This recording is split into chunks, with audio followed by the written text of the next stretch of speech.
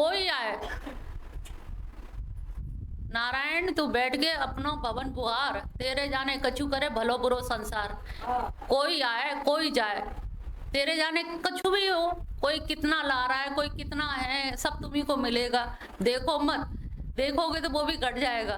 तो इसलिए दत्त चित्तों के एकाग्रता, देखो ये पहली शर्त है प्रवचन की, सत्संग की प्रथम शर्त है कि मन हमारा एकाग्र हो।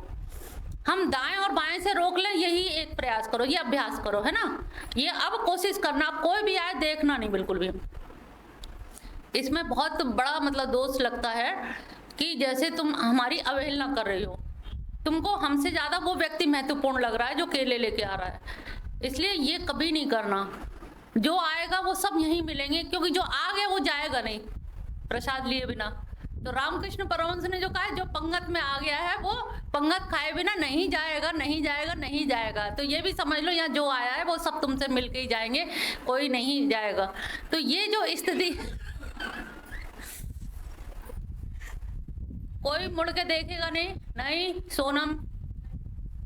तो ये एकाग्रता अभ्यास करो, देखो, है ना, अभ्यास। यहाँ पर कोई गीत संगीत नहीं हो रहा, नृत्य नहीं हो रहा, यहाँ पर हमारे एकाग्रता होनी चाहिए।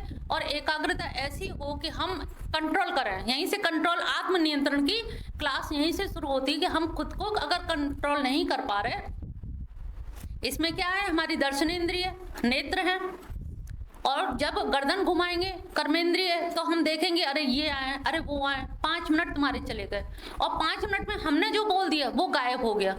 ठीक है, तो फिर क्या होगा, भानुमति ने कुनवा जोड़ा, कहीं का ईंट कहीं का रोड़ा, पहला सेंटेंस आखिरी सेंटेंस दोनों को मिला के किसी का सिर और पैर मिला दो तो कैसा लगेगा आदमी। इससे तो टेसू अच्छा होता होगा, तुम लोगों का जो रूप बनेगा। इसलिए कभी भी ज्ञान में दखलंदाजी ऐसा कुछ मत करो जिससे तुम्हारा ज्ञान आधा अधूरा रहे। तुम लोग कहीं कुछ बोलोगे तो ये होगा, अरे यही सीख के आई हो। तो कंसंट्रेशन यानी कि ध्यान, यानी कि चित्त की एकाग्रता अत्यंत आवश्यक है, और चित्त की एकाग्रता हर जगह आवश्यक है, वो चाहे कोई भी क्षेत्र क्यों ना हो। चित्त एकाग्र है तो सब कुछ है, अगर चित्त एकाग्र नहीं है तो सब कुछ व्यर्थ हो जाएगा। तो ये एक पहली कक्षा, आज का पहला पाठ आपके लिए है कि कोई भी आए आप देखोगे नहीं जब तक प्रवचन चल रहा है। ठीक है, तो हमारा जो जन्म होता है, स्थूल शरीर यहीं जल के राख हो जाता है, और जो सूक्ष्म शरीर और कारण शरीर है उसके साथ जब जीवात्मा लेकर के जाता है, लेकिन जो सूक्ष्म शरीर है उसको थोड़ा कष्ट भी होता है। कष्ट क्यों होगा, क्योंकि भाई इतने दिन से स्थूल शरीर ने हमारी इच्छा पूरी की, अभी आंखों ने कहा, मन ने कहा, देखें तो सही कौन आया, कितना प्रसाद आया है। अब देखने के लिए शरीर की जरूरत हुई ना, मुड़ के देखा तो ये क्या हुआ, स्थूल शरीर ने सूक्ष्म शरीर की इच्छाओं को पूर्ण किया। तो एहसानमंद है, एहसान माना उसने कि भाई इसने, मैंने जो जो कहा, मेरे मन ने जो कहा, कहते ना मन कर रहा आज जाए मिशन में कि ना जाए, मन कह रहा अच्छा चलते हैं, तो ये मन के मुताबिक शरीर चल दिया। जब मन के मुताबिक शरीर चला तो शरीर जब जाता है जलने के लिए, खाक हो जाता है, मृत हो जाता है, छोड़ के जाता है, तो सूक्ष्म शरीर को भी उस पर दया आती है कि इसको हमें छोड़ के जाना पड़ रहा है। क्योंकि तब 3 शरीर हैं, 3 में से एक साथी हट गया ना इनका, 3 है। कारण शरीर सबसे ऊपर रहता है, कारण शरीर, बीच में सूक्ष्म शरीर, फिर स्थूल। स्थूल माने जो दिखता है, स्थूल माने जड़। अब जड़ तो जड़ को मार नहीं सकता, और जो चेतन है आत्मा, तुम्हारी आत्मा चेतन, मेरी आत्मा चेतन, जब सब आत्मा चेतन है तो एक दूसरे को चेतन चेतन को नहीं मार सकता। तो प्रश्न ये उठता है कि आखिर फिर मरता कौन है, मारता कौन है, कौन किसको मारता है, कौन किसको मारता है। अगर ऐसा हो कि कोई किसी को नहीं मारता तो फिर पाप और पुण्य, स्वर्ग और नरक क्यों है, फिर फांसी की सजा क्यों दी जाती है हत्या करने पे। जब कोई मरता ही नहीं है तो सजा क्यों, किसको सजा, काहे के लिए सजा, क्योंकि आत्मा अजर अमर नित्य शाश्वत है और वो सभी के अंदर है। तो मैंने अगर तुमको मारा तो वो जो मारना है, मारना संभव नहीं होगा अगर दोनों की आत्मा एक जैसी है। तो अर्जुन का यहाँ पर शंका का उदय होना स्वाभाविक है। वो कहता है कि ये स्वर्ग जिनको मिलता है जो पूर्ण करते हैं, नरक, जो गलत काम करते हैं, जो मारते हैं, हत्या करते हैं। तो समाज में भी ये देखा गया कि सजा मिलती है, फांसी की भी सजा मिलती है, तो फिर सजा क्यों दी जाती है जब नित्य है? तो भगवान यहाँ पर बता रहे हैं कि दरअसल जो सजा मिलती है, जड़ जड़ को नहीं मार सकता, शरीर शरीर को नहीं मार सकता। उन्होंने कहा शरीर के साथ में, आप कहते ना हम देखेंगे, हम मारेंगे, जब मैं जुड़ जाता है, मैं क्या है? अहंकार। जब अहंकार जुड़ जाता है, आप कोई भी काम करते हो उसके साथ में मैं शब्द जुड़ जाता है, और मैं के जुड़ते ही जब मैं शब्द जुड़ जाता है तो आपका सही रूप में देखा जाए तो अहंकार ही मारता है। अहंकार के संग में क्या क्या रहते हैं? अहंकार के साथ क्या क्या रहता है? अहंकार के संग में मन, बुद्धि, चित्त, चार है ना, चतुष्ट है ना, एक काम कर रहा है। चतुष्ट में मन, अहंकार ने कहा, मन ने चीजें सुनी है आपके बारे में, कुछ अन्यथा आपने बोला या जो भी है, उसने कानों ने सुना कि ये हमारी बुराई कर रहे हैं, और वो फिर कानों ने खबर कहाँ दी? मन को। कर्णेंद्रिय है ना, ये कान नहीं, इसके अंदर एक इंद्रिय है, तो कर्णेंद्रिय ने खबर दी मन को, मन ने खबर दी बुद्धि को। हाँ सही कह रहे हो, हमने भी सुना है, और भी बता रहे थे कि हमारी बुराई करती हैं। और अब फिर अहंकार के पास गए, अहंकार ने कहा अब के इनको ठीक कर दिया जाए कि भाई हर बार बार बार ये ऐसे करते हैं। तो ये संकल्प किसने लिया? किसने संकल्प लिया? अहंकार ने। मन ने तो कच्ची सामग्री पहुंचाई, मन, कानों ने सुना, और कानों ने से सुन के कहाँ खबर दी? जैसे हम लोग है ना, पहले खबर कहाँ कोतवाली करेंगे, फिर कोर्ट में जाएंगे, तो अंदर भी वही सिस्टम है। पहले कानों ने सुना, फिर मन को बात पहुंचाई, और मन ने फिर बुद्धि को पहुंचाई, तो बुद्धि और मन दोनों एक से हो गए।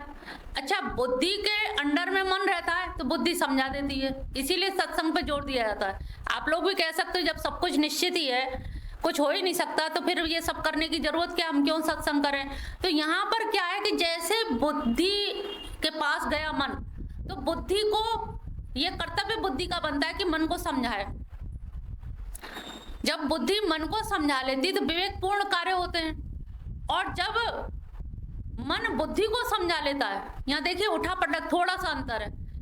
एक तो ये कि मन ने अंदर पहुंचाई बात बुद्धि को, तो बुद्धि ने समझा दी है। जैसे तुम कोई विवाद लेके आए, दो लोग हमारे पास आए, तो हमने समझा के, हम ये नहीं कहेंगे नहीं लड़ो एक दूसरे खूब मारो जितना मार सकते हो, तो ये हम नहीं करेंगे। हमारा कर्तव्य क्या बनता है कि तुम दोनों में निष्पक्षता से ऐसा कोई व्यवस्था बन जाए कि जिसमें कहीं कोई आरोप प्रत्यारोप ना हो, दोनों को संतुष्ट कर देते हैं। तो इसी को कहते हैं विवेक बुद्धि।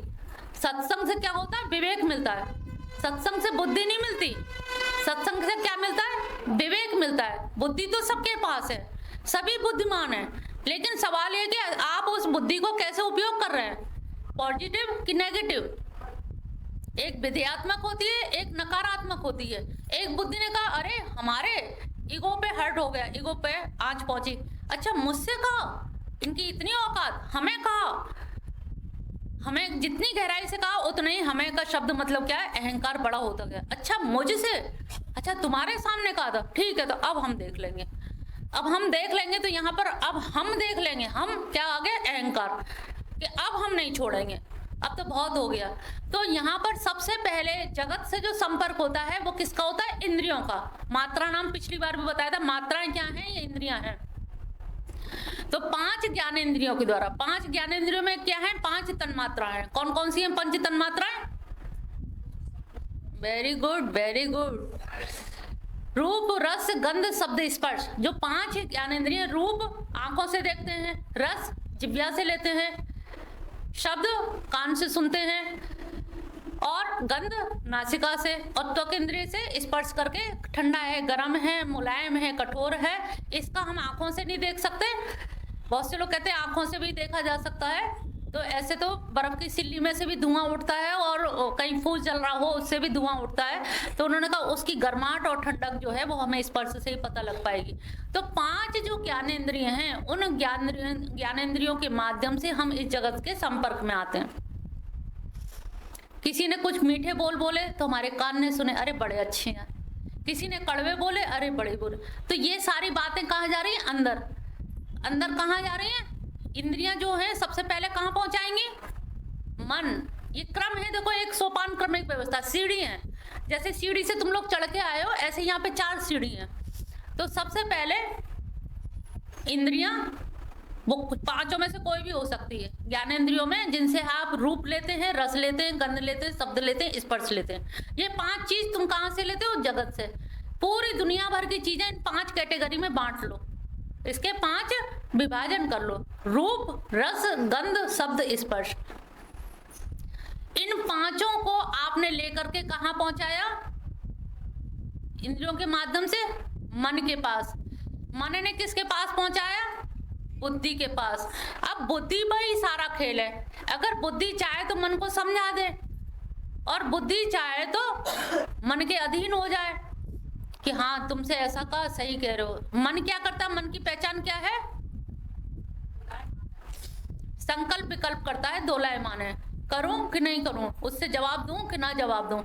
तो मन की पहचान क्या है? वो संकल्प विकल्प करता है। और बुद्धि की पहचान क्या है? क्या परिभाषा है? अध्यवसायी बुद्धि, यानी कि स्थिर नहीं, निश्चयात्मक ज्ञान करती है। बुद्धि जो है निश्चय करती है कि नहीं मुझे ये करना चाहिए। कुछ चीजें हम कर लेते हैं और कुछ नहीं कर पाते। जो चीज नहीं कर पाते वो हमारे चित्त में स्टोरेज हो जाती हैं, और उसके बाद फिर बातें कहाँ पहुंचती हैं? लास्ट में चौथे स्तर पे कौन है? अहंकार। अरे बड़े होशियार हो गए तुम लोग तो। अहंकार का मतलब है बोध वृत्ति, मैं का अभिमान, देह अभिमान। अच्छा मुझसे, अच्छा मेरे लिए, अच्छा मैं, ये जब मैं आ जाता है तो अहंकार से ही। एक सत्संग में ये है कि अहंकार भी आप करें, हम क्या है, प्रभु ने उसका भाग्य ऐसा बनाया, हमारे भाग्य में यही लिखा है। ज्ञानी कहेगा, ज्ञानी काटे ज्ञान से मूर्ख काटे रोए, अरे वो बेकार, उनकी बातों पे ध्यान नहीं देना चाहिए। कर्मयोगी कहेगा अरे मुझे अच्छे कर्म करने चाहिए, इनकी बातों पे क्यों, अच्छे कर्म करेंगे दुनिया देखेगी, हम खुद अच्छे हैं तो दुनिया अच्छी। जो कह रहा है हमारे हाथी निकले बाजार और कुत्ते भौंके हजार। तो ऐसी स्थिति में जब हमें विवेक से समझा लेते हैं, अगर सत्संग में रहे तो आप समझा लोगे मन को, और बहुत सारे विवादों से मुक्त हो जाओ कि भाई उसे तो इसी जन्म में, इसी जीवन में सारा कुछ भोगना है, और हमें तो भगवान की आराधना करनी है। जब हमारे जीवन का निश्चय ईश्वर की प्राप्ति है तो हम छोटी मोटी चीजों में ना उलझें। जब आप वाटिका से निकलते हो तो आपकी चुन्नी अटक जाती है कांटों में, लेकिन आप कांटों के पास खड़े नहीं रह जाते, निकाल के आगे चल देते हो। कभी ऐसा हुआ कि सुबह से रात तक खड़े रहो कि हमारी चुन्नी कांटों ने पकड़ ली है? इतनी तो तुम्हारी बुद्धि काम करती है कि कांटों में फंस गई है, लेकिन निकाल लो, निकाल के आगे चलो। यही जीवन है, इसी को जीवन में अप्लाई करो। दिस इज ए फॉर्मूला, ये लाइफ फॉर्मूला है कि आपके कांटों में उलझ रहे हैं, घर गृहस्थी के कलेश हैं, नाते रिश्तेदारों के कलेश हैं, अड़ोसी पड़ोसियों के कलेश हैं। उन कलेशों में बुद्धि को झीना सा कपड़ा है, बुद्धि भी, उसको अटकाओ नहीं, अटक भी जाए तो निकाल लो। इनसे लड़ोगे, जैसे कहते हैं ना, कीचड़ में पत्थर मारोगे तो क्या होगा? तुम्हारे कपड़े गंदे होंगे, कीचड़ का क्या बिगड़ेगा? कीचड़ की चींटें कीचड़ में चली जाएंगी, वो पहचान भी नहीं पाओगे, तुम्हारे सफेद कपड़ों पे दाग लग जाएगा। तो हमें छोटे व्यक्ति से हम मुंह ना लगे, उसको छोटा समझ के माफ कर दें, और माफ करने वाला आदमी हमेशा महान होता है, बड़ा होता है, ना कि कमजोर। कहा भी है क्षमा करने के लिए बहुत मजबूत आदमी की जरूरत है, हर कोई क्षमा नहीं कर सकता। तो क्षमा के लिए जब हमारे अंदर दिल दिमाग अच्छा होगा तभी हम किसी को माफ कर सकते हैं। तो यहाँ पर जो स्थूल देह का नष्ट होना, सूक्ष्म शरीर को खराब लगता है, लेकिन वो जीवात्मा पुनः पुनः जन्म लेती है। और वो जीवात्मा का समझ आ गया, अच्छी जीवात्मा पूर्ण कार्य करेगी तो अच्छी माँ की, और बुरी जन्म आत्माएं दुष्ट होती हैं वो दुष्ट माँ में, और आजकल दुष्ट मदर बहुत जल्दी मिल जाती हैं, तो वो तुरंत ही गर्भ रह जाता है उनके। जैसे ही होता है ना कि कहाँ गए, बहुत सारे लोग तुरंत जन्म ले लेते हैं, और उनके पुनर्जन्म की बहुत सारे बच्चों ने स्मृति के द्वारा बताया भी है कि पिछले जन्म में हम ऐसे ऐसे थे। तो यहाँ पर पुनर्जन्म को माना गया है। और हमारे भारतीय दर्शन में भी 3 सिद्धांत हैं मुख्य रूप से। 3 कौन कौन से सिद्धांत हैं? एक है, इसको हमेशा याद रखिएगा, आगे का इसी से विवेचन हो पाएगा। रेणु ध्यान से सुनना।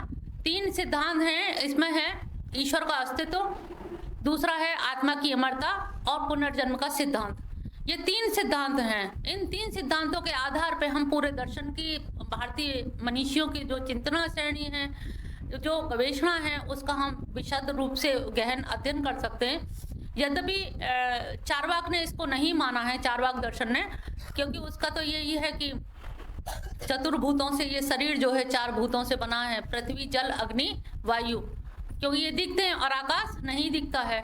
तो जो नहीं दिखता है उन्होंने कहा प्रत्यक्ष ही कारण हो, जो भी कुछ है प्रत्यक्ष ही प्रमाण है, प्रत्यक्ष ही कारण है। प्रत्यक्ष के अलावा वो अनुमान प्रमाण को भी नहीं मानते, जबकि हमारे और जो 8 दर्शन है ये सभी लोग मानते हैं, और सभी का ये मानना है पुनर्जन्म होता है, सभी का ये मानना है कि कर्म का सिद्धांत है और ईश्वर का अस्तित्व है।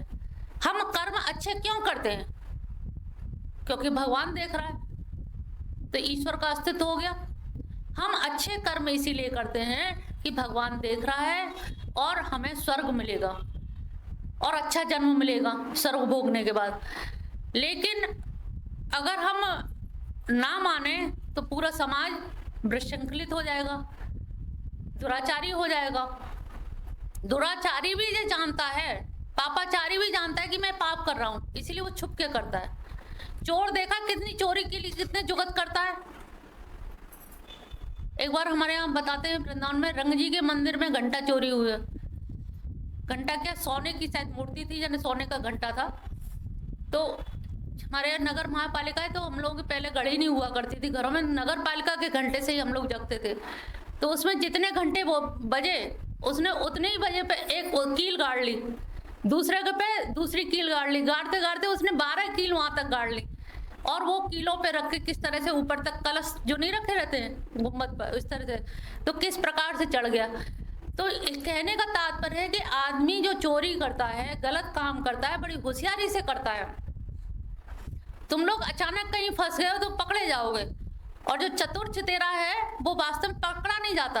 आप कहोगे उसने तो कब से चोरी कर रहा है, वो तो एक दिन नहीं पकड़ा गया, हमने पहली बार की। तुम अनाड़ी हो, वो माहिर है, वो एक्सपर्ट है, उसको मालूम है टेक्निक कि आदमी को गहरी नींद कितने बजे से कितने बजे तक आती है। किसी के घर में जाने के लिए वो पहले से, कई दिन पहले से सर्वे करते हैं, कहाँ से चढ़ना है, कहाँ से उतरना है, कैसे जाना है, प्रवेश कहाँ से करना है, दरवाजे कौन कौन से।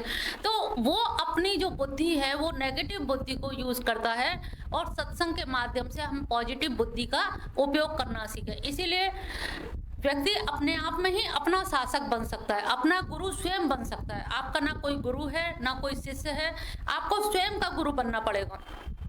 कभी कभी एकांत में ऐसी समस्याएं खड़ी होती हैं जहां आप अपनी चीजों को किसी से कह भी नहीं सकते, और कहें तो कहें किससे, हर कोई व्यक्ति पास में भी नहीं, हर बात फोन से भी नहीं की जा सकती।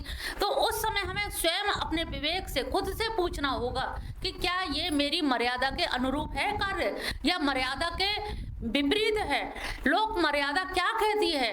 बहुत सारी चीजें, हमारे एक शब्द आता है, यद्यपि शुद्धम पर लोक विरुद्धम, मत कर मत कर मत कर।